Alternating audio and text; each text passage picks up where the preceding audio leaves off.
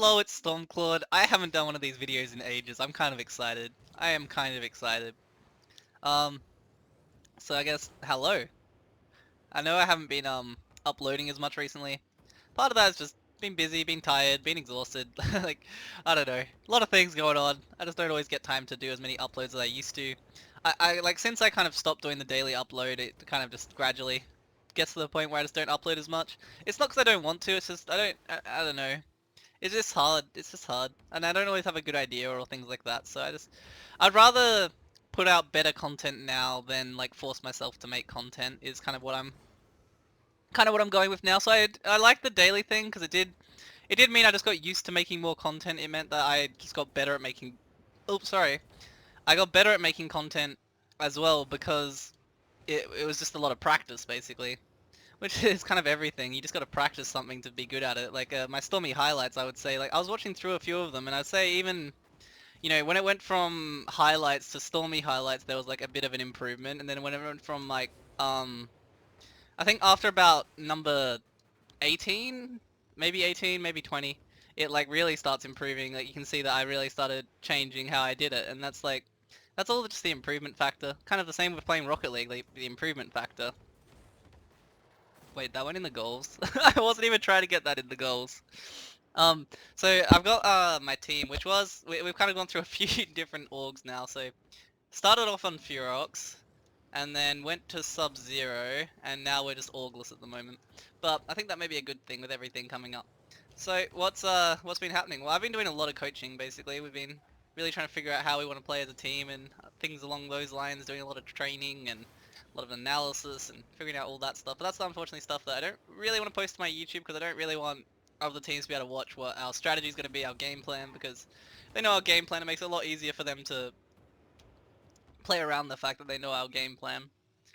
Aside from that, it's just, I guess, I really just have been spending a lot of time doing coaching. Aside from that, I got some, Chinese medicine balls recently, which are just these, little balls that you spin about in your hand, so they're weighted, and they've also got a little chime in them. And you just spin them about in your hand, clockwise, counterclockwise. There's a lot of different patterns you can do with it, but basically, it helps stretch out your hands and helps with things like tennis elbow. So I'm really glad that I've got these things now, because it definitely helps with my arms as I've actually been playing a lot more recently, which is actually kind of a pretty cool announcement I've got, which is that I'm actually playing core again for the team that I'm. So I've been coaching them for a while now, and they've got one of them's got year 12 coming up, so he can't play core. He doesn't want to, not with year 12. And then it was just not really working with the other rotation, so we wanted to try me coming core and then just seeing if we can figure out the rotation that way, and then hopefully build on that, and then I can go back to being coach and emergency sub when everything's like, at the end of the day, I don't want to be core, I think, for the whole time. I think that's not what the aim is.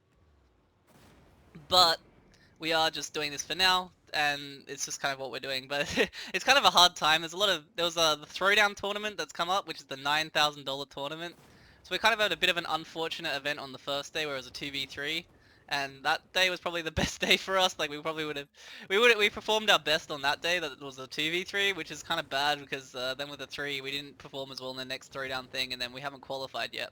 So hopefully we'll be able to qualify with me playing core on Sunday, but we'll have to see because as I've kind of said to the guys, it's like we're trying to develop how we're supposed to play Rocket League right now. It's not going to be the easiest time to just expect wins. We're not consistent yet, which that's the big thing for a team, is becoming consistent. That's the hardest part for a team, I think, is actually getting that consistency, and that, like, there's a lot of teams that can play well, but not a lot of teams that can play well consistently, and that's what separates the best teams from just that's what separates the top teams from the good teams. It's the consistency. But yeah, I'm pretty damn excited. Like, I'm getting to play core again. I haven't actually gotten to play core in quite a while. Since season 1, basically. So when I first joined the Space Animals team, when I first joined, they got me as core for a little bit. But then I still wasn't keen for with my hands, I still wasn't keen for core. Basically, my mindset is like, if the other players are playing more, they're gonna like probably perform better than me if they can just play more. That's kind of how I view it. But it's like, I always just want what's best for the team. So that's kind of why I'm coming into core. Like, it may not be like the best for a lot of teams because obviously I'm a weaker player. Like I can if I look at myself in terms of competitive play, I am a weaker player now. It used to be that I was like kind of one of the stronger players, like I felt confident in myself going into battles and going 50-50s and stuff like that. But now I know I'm definitely not that sort of player. I just play very differently now. But what my team wanted was a solid rotation, and that's what I offer. So we're working on that now, and hopefully it works out okay for us. But it'll take a bit of time, I think, because the things that we're trying to implement are very advanced at the moment. It's just kind of a completely different level to what we're trying to do at the moment.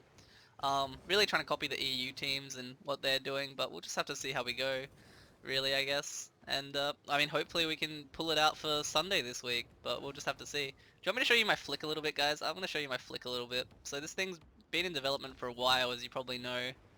It's, 6 months process. It's kind of interesting.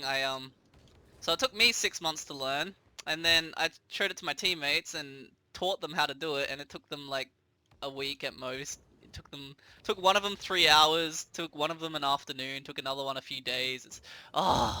I want to throttle them, honestly. It took me 6 months, and then they learn it in one day. Come on, that's not fair. That's not fair. But at the same time, I am really glad that they learned it. It's a really good thing. It's just, it is a bit frustrating because I spent so much time figuring out how to get just the right flick. And like, because I know how to do it, it means it makes it easier for them. But it's still annoying because it took me so much time.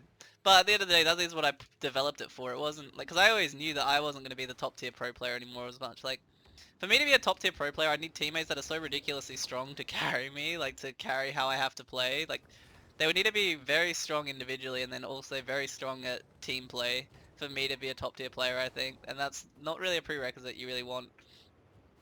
Like, I play because I keep enjoying playing and I want to, but if I wanted to be like a top tier player, I wouldn't recommend picking up someone like myself because I just don't view myself as that sort of strength anymore, I guess. Like, I've got my strengths and I've got my weaknesses and I do understand them quite well, but at the same time it's not really ideal. You probably want a player that's like a bit stronger if you're wanting a top tier, like really top tier sort of team, but that's not kind of what we're going for at the moment. Isn't that we're just kind of trying to build on what we've got and focus on, I guess, the good things. I think I am very harsh on myself though. Like, despite everything, I can still kind of play Rocket League at a high level despite all the things that have happened, having injury for so long, just being a coach for so long, and all these things. Like, so I'm quite chuffed with myself that I can still kind of play competitively. It's a very good thing, because I do miss competitive, like when I used to play tennis and volleyball and things like that. I really do miss being able to do that as an actual sport. So this kind of Rocket League's my outlet for that now.